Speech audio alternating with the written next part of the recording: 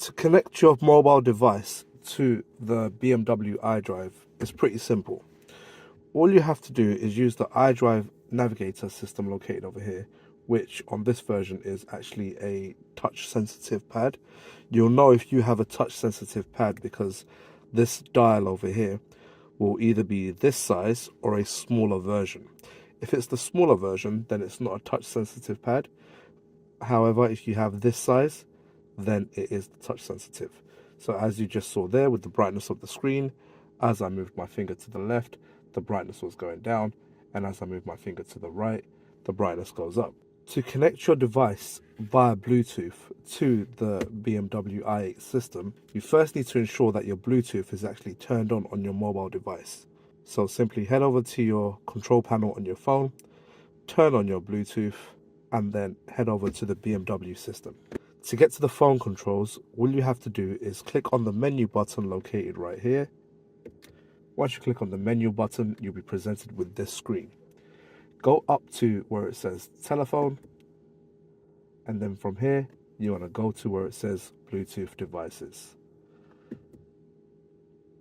Once you're in this menu, you can go to add new device. The phone is telling me that there's too many devices actually connected right now, so we have to remove one.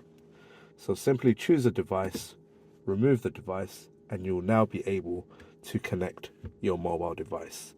Click on scan or search on your mobile device, and you'll see that the name BMW i9, which should match the name displayed on your screen, click on that and the connection process will begin.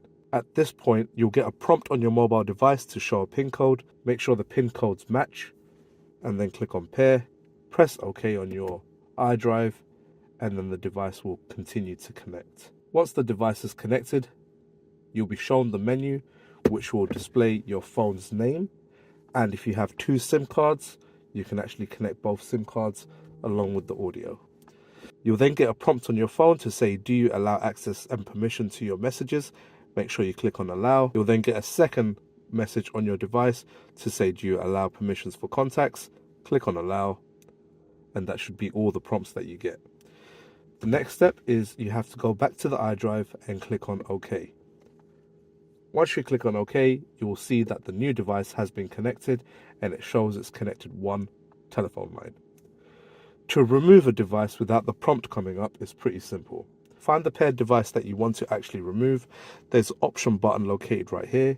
Click on options and then scroll down to where it says remove device, and then press down on the iDrive and it would remove that device. If you don't want to remove the device and you just want to go back, press the back button located over here and keep pressing it until you get back to the menu that you need.